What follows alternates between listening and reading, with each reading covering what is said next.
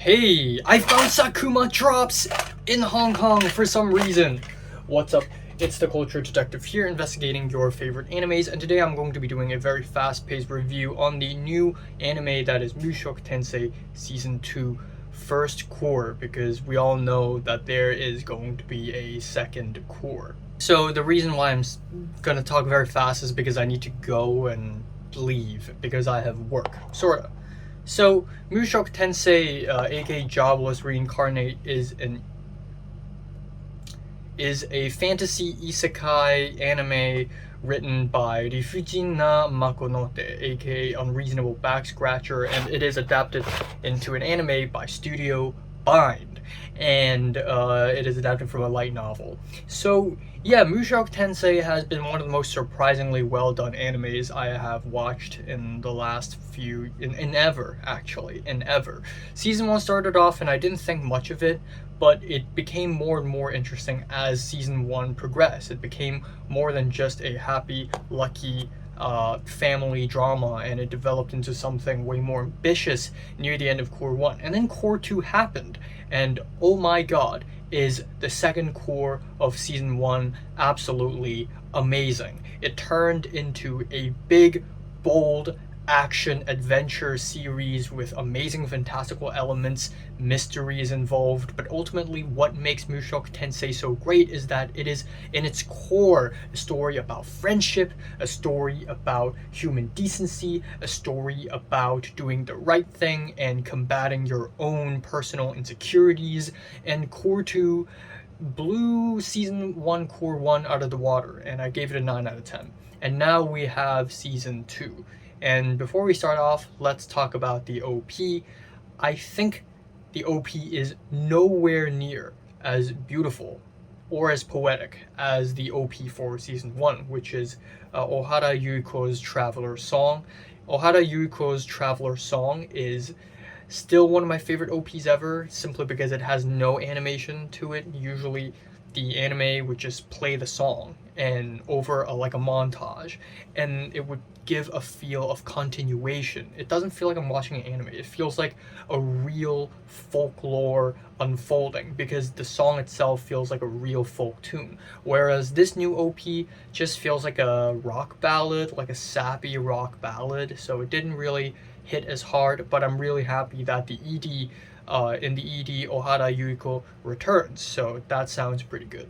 Now, for the story itself, I think I have to admit that Mushoku Tensei Season 2 Cour 1 might be the weakest so far, and mainly it's because episodes 1 to 4, which I just completely, I don't hate, I just didn't remember much from it. It felt forgettable. It felt inconsequential. So I'm not going to recap what happened in Season 1. If you haven't seen Season 1, what are you even doing here?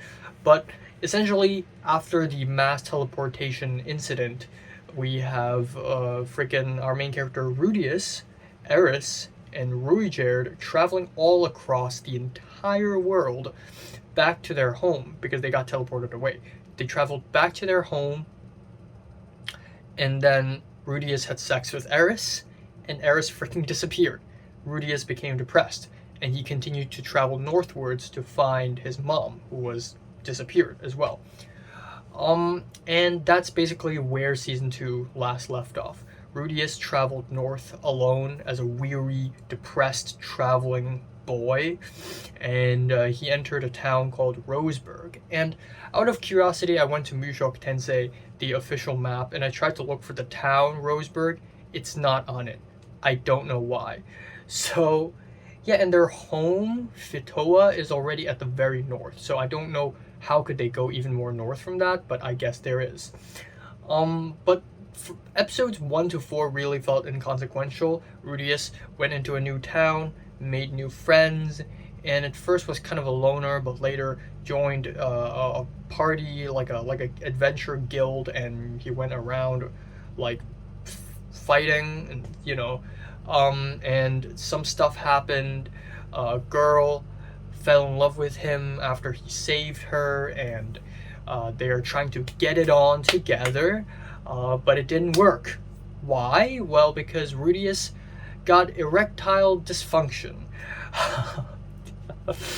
And I realized that, oh boy, this is the erectile dysfunction arc that I've been hearing so much about. First of all, let me just say that it is so cool that an anime is discussing a problem like this, because a lot of animes are, full of fan service and full of, teasing around, but not a single anime deals with such a real problem like this. So, in terms of sex, so it's really interesting. But another thing is, I cannot feel anything on the first 4 episodes, because these are such first world problems. Like, oh, I mean, yeah, the girls love me and I'm popular with the girls, but I just can't get it on with them. It's just such an unrelatable freaking problem that I just don't really care about, unfortunately. Whereas in season 1, it is about adventuring. It's about exploring the world and reconnecting with your family and making friends and being appreciative of the world and growing. And season 1 hit me way harder, but season 2 just seemed very silly, and I just didn't really care about that all that much. It's just such first world problems. I just can't relate. I'm sorry. However, episode 5 onwards, the anime gets really good. We have the school arc, where Rudius enters a university of sorts, but if anything, it felt more like a high school than a university. Basically Hogwarts in Mushoku Tensei, and it quickly turns from an action-adventure fantasy story to a slice-of-life comedy, because the rest of the season is basically fun, lighthearted, and that's it. Except for episode 9, which I will get on a little bit later.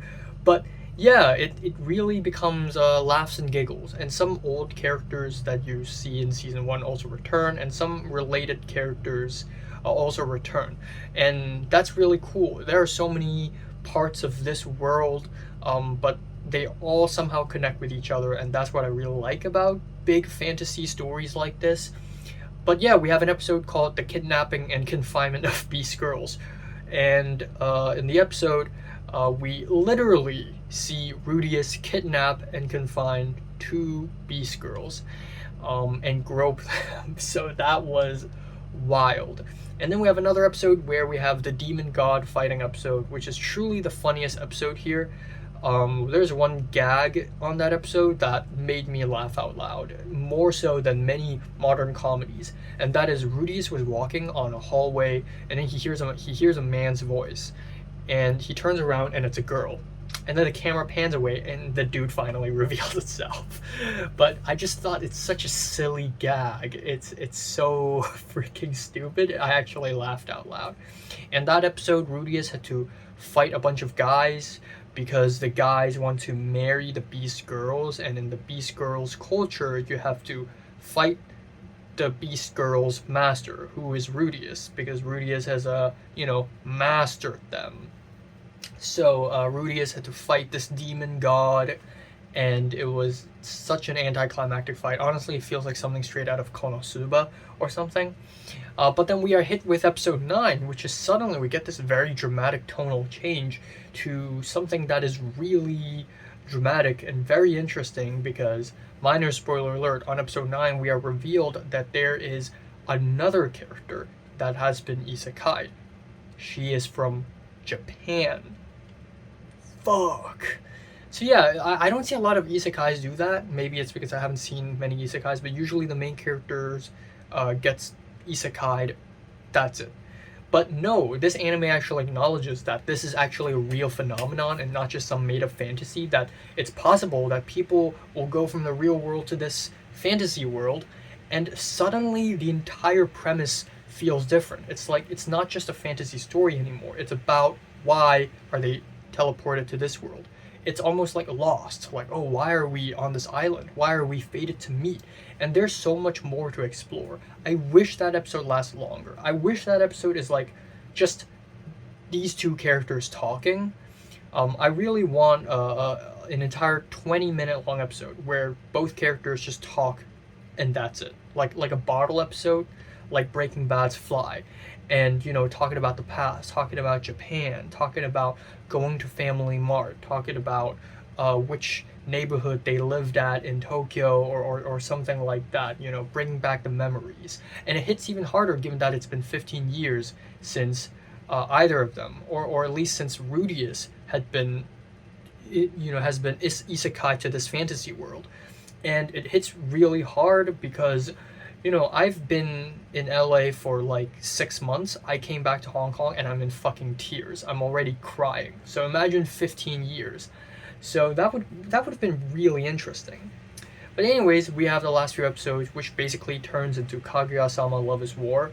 We see more themes of Rudius questioning his own sexuality, which is again a very interesting topic explored in anime, and also what is adulthood.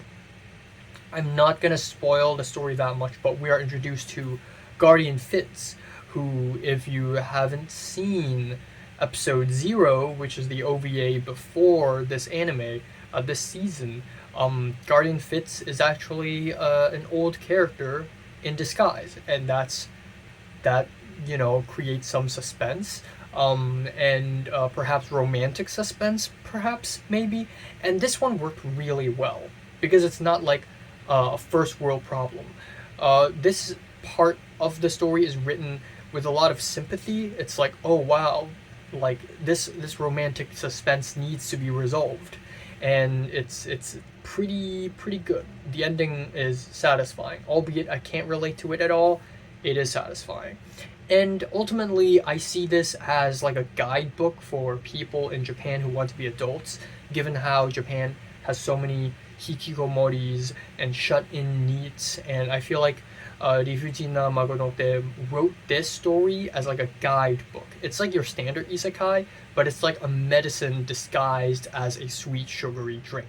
This is like a guidebook. Hey, you see a girl, you be respectful, and you get better, you work out, and how to be a real functioning member of society, but except it's a fantasy isekai. So that's really interesting. I enjoyed this anime overall. It started off kind of rocky, and I don't think this is the strongest season yet, but it ended off really interesting. So I'm feeling a strong 7 to a light 8 out of 10. So have you watched Mushoku Tensei Season 2 Cour 1? Comments below, let me know. Subscribe if you want more, and thanks for watching.